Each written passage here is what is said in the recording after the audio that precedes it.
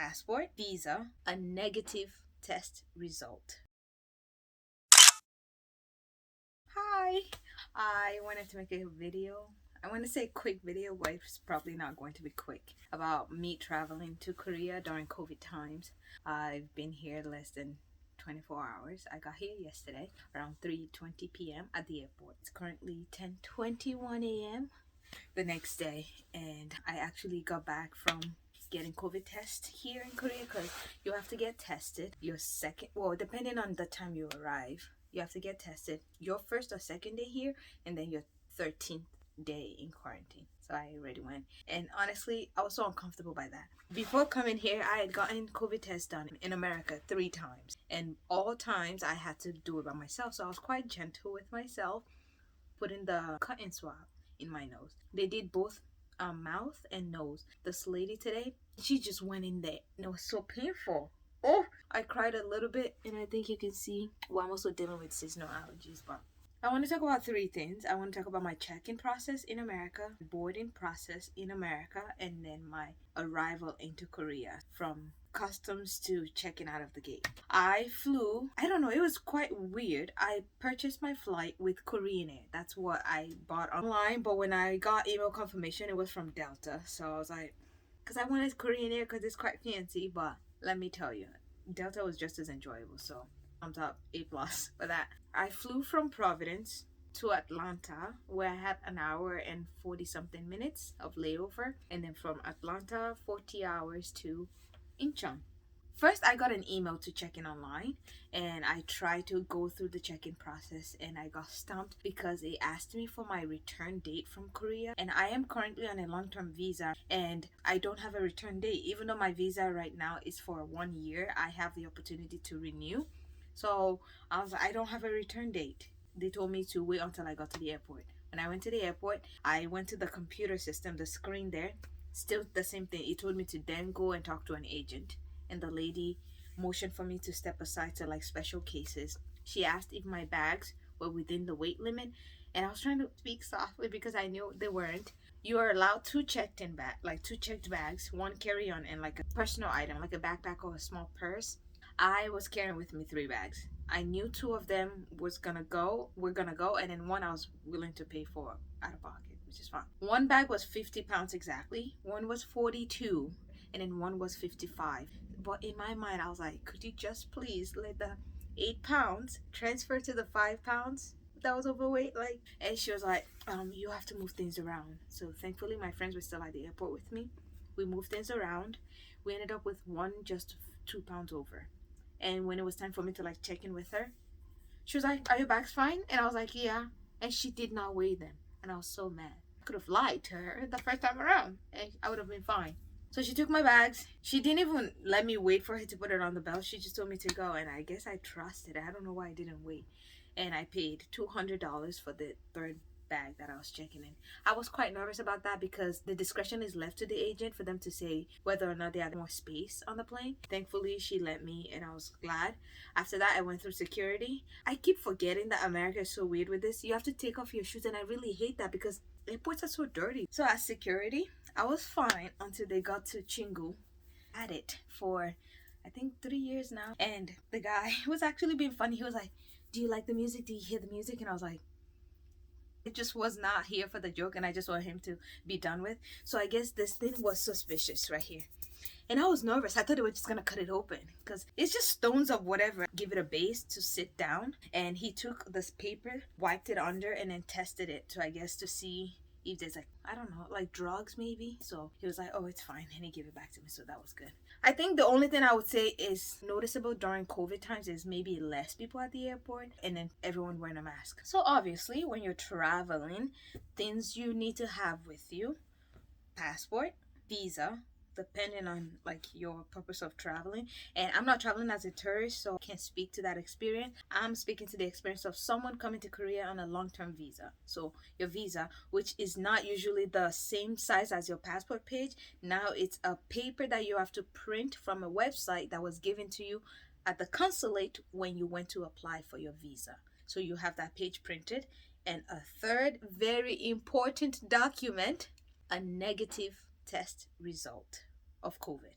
I got a lot of information from Facebook groups to highlight the test type. RT-PCR was mine. Highlight your name, like your full name, your date of birth, when the test was taken, the part that says negative. So I highlighted all those things. So there were a lot of information online where some people said they were turned back at the airport if their names did not match exactly as it is on the passport. On my passport, it says my first, middle, and last name. When I do business in America, it's just first and last name.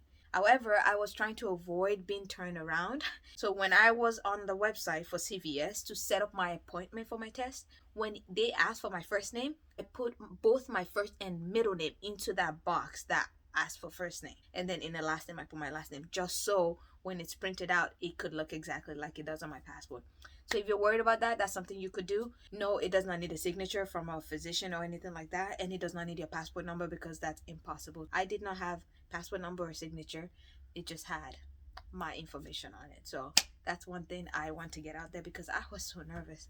I just wanted to make sure I don't get turned around. My flight to Atlanta was uneventful. It was just boarding that was interesting. So I got on the plane and it was a small plane. When you're coming in, so my right, but the plane's left side has 2 seats, and then on the right side of the plane has 3. On the right side, the middle rows are all blocked all the way down. On the left side, unfortunately, you just see 2 people. My seat number was 17A, and I walked towards my seat, and I was about to sit down. There's a lady already in 17B. Ugh, she just had the most unfriendly face ever. Luckily, there were 2 Delta workers right behind this chair, and I was like, I need to sit down. And she goes, I called yesterday asking for a seat that's next to an empty one. And the lady was like, well, that cannot be guaranteed. You would have to pay for both seats. And she goes, it was guaranteed. I called. I'm confused. Like, I paid for 17A, so I need to sit down. Well, there was a male worker and a female worker, and they were like checking their phones to see if there was an empty seat around. So they found another one, and they told her to go sit over there. So she went over, and I sat into my seat. And the male worker came and sat next to me and said, are you okay? I'm so sorry. I was like, you don't have to apologize. It's not your fault. That was that. That was done. And we flew. Nothing happened. Uneventful. And then in Atlanta, I feel like I'm never saying it correctly. There, the wait wasn't too long at all. But I was like, are people going to be on this plane? Which is crazy because when I was online trying to buy the ticket, it told me there were only 3 seats available. When we were waiting to board in Georgia, the agent called for us to come forward. So she looked at the information on the test result to make sure it was right. She looked at your passport. She looked at your visa. Then when you were done, she wrote on mine, they wrote the letters T and V. I don't know what that means. And then she told me to get my temperature checked, which was right next to her. And I got my temperature checked. And we sat back down. And when it was time to board, she called, if you have the letters T and V on your boarding pass, you need to come onto the plane first. And I was like, okay. We got on the plane, and the plane was practically empty. It was so empty. Most of us napped across the chairs. Like, we folded the armrest and we slept like that. That was really nice. I think that was my favorite part of the flight. The flight, it was like a total of 14 hours and some minutes, we were told. I slept maybe for like 4 or 5 hours, which was surprising because I was like, I'm gonna go to sleep. I watched movies, about 2 of them. We were given food a lot of times. There was one particular meal that I had. I think it was like the lunchtime. And then the other things they brought afterwards, I couldn't have. The vegan option is quite sad because it was like rice. It was some rice thingy, some lentil soup thingy that was not tasteful. But I ate it because I was hungry and that was the only thing I had. Food option is not great if you are like vegetarian or vegan. So I would say maybe that's not a plus. So yeah, we landed in Korea. Now, here's the part where a lot of people were freaking out about when I saw things online. Maybe because I lived in America during the height of COVID. I worked part-time at a grocery store also, so I think I'm used to chaos during COVID times. I wasn't really nervous about what I saw that took place, honestly, because it was very organized and it was very calm, I would say. On the plane, you get 4 different forms.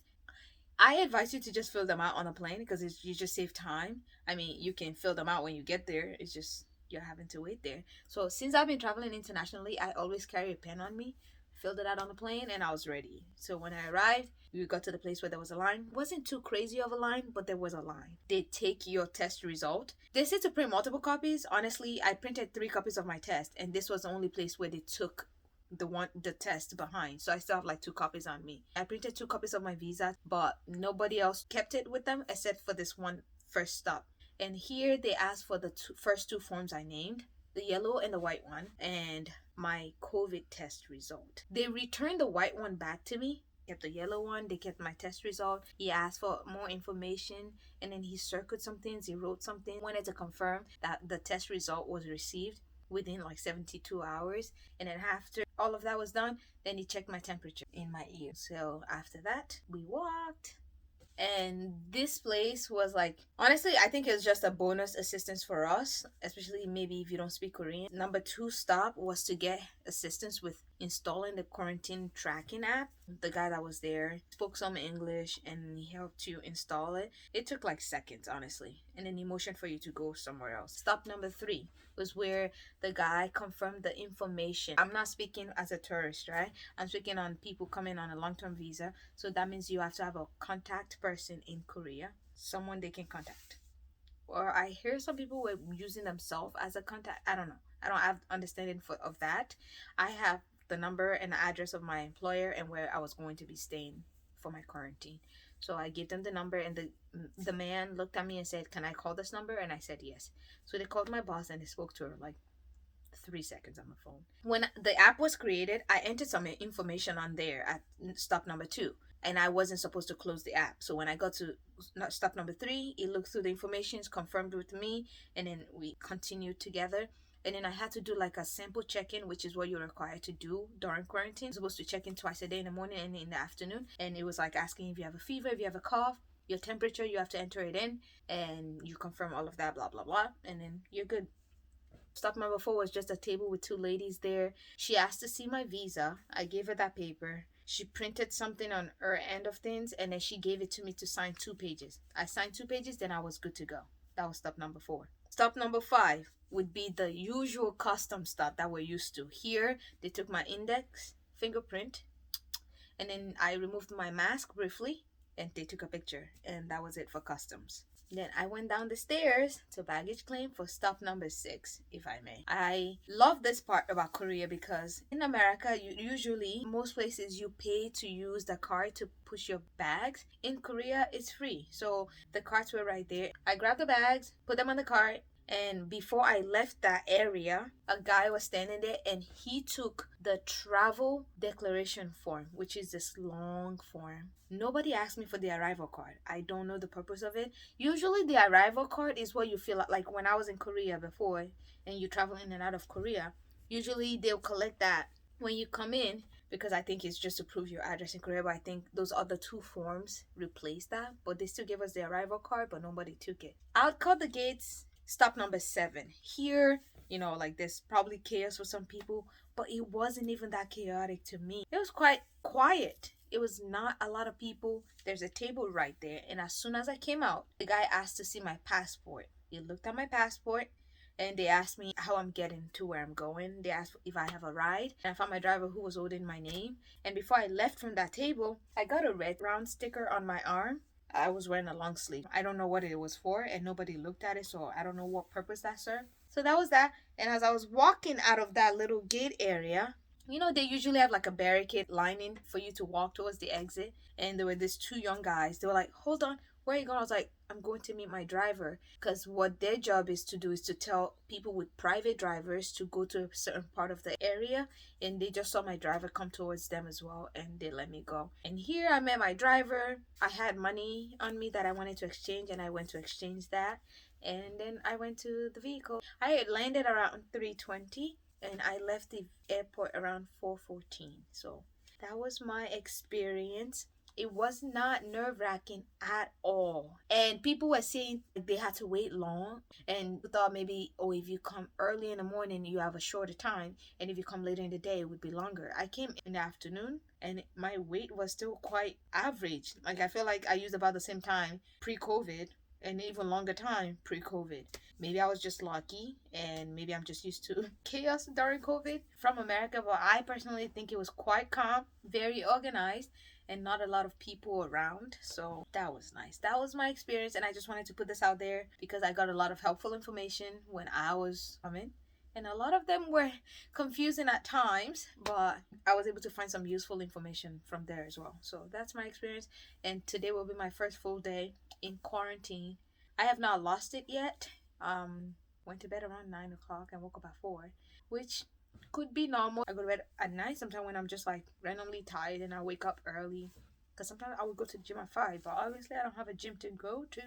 So it's either I have to motivate myself to work out inside my apartment, or I don't know, or what. But yeah, that was my experience, and thank you for watching. And Chingu says, 안녕.